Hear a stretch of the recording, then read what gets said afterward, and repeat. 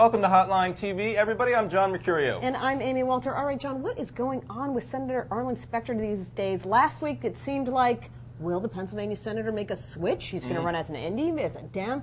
Now this week there's talk about labor unions getting their members to switch parties so they can vote for him in the Republican primary. Should he vote for EFCA? By the way, one of the worst acronyms ever. I believe you mean the Card Check Employee Free Choice Act. Correct. Somebody was obviously very not creative when they came up with this idea. All right, so John. Yes. Can Arlen Specter actually win in this Card Check EFCA fight? That's a good question. He really sort of, I think at this point, symbolizes the struggle for Republicans all over the place. He's a very moderate Republican, but even conservative Republicans are being pulled by their base. The conservative Republicans who are left serving on Capitol Hill are being sort of drawn by their base to push their agenda. It's a good question. He's not going to run as a Democrat. You can't switch votes. It's not an open primary system in Pennsylvania, so he does have to sort of thread the needle and try to make it work. He's running against Pat Toomey, but Republicans in Pennsylvania, as we all know, have lost a considerable amount of ground over the past decade. A lot of the people who used to vote for him in that primary were considered sort of moderate Republicans, and they've switched parties. They're now Republicans, and that's why you Democrats, saw they are Democrats. That's what I meant. Thank you very much. Yes.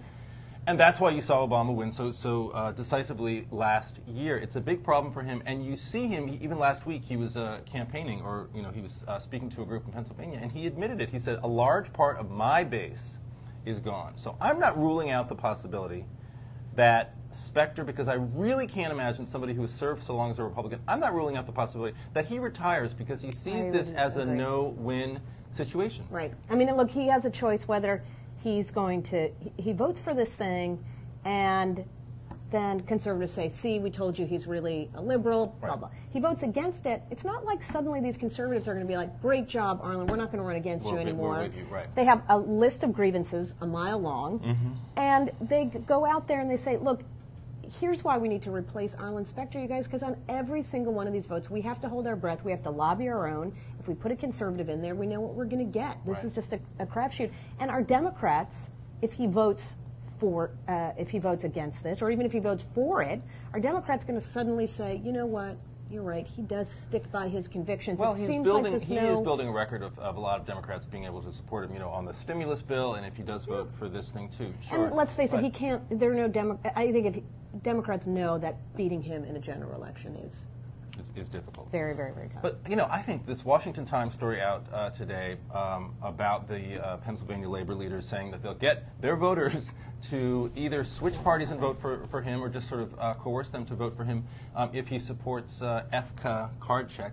There is no worse story out there for Specter and for labor leaders trying to get this bill passed. Right. The whole argument against this bill is that it puts too much power in the hands of labor leaders. So what do? They put out a story that says, well, what we're going to do? We're going to get our members to switch parties and vote for you, Arlen. Right. Well, what more perfectly represents the abusive, overly aggressive tactics that labor unions use? Well, and what better to say to the conservative base, this is why you got to get out and vote, because they're going to take over our primary. So it is not the kind of place where Arlen Specter wants to be, which does lead to the question, you're right, does he want to keep undergoing this sort of intense pressure on every single vote and then have to answer for it a few months from now? He would have been a real good commerce secretary in the Obama administration. That's all I'm going to say. But he would still make a very good ambassador to Ireland.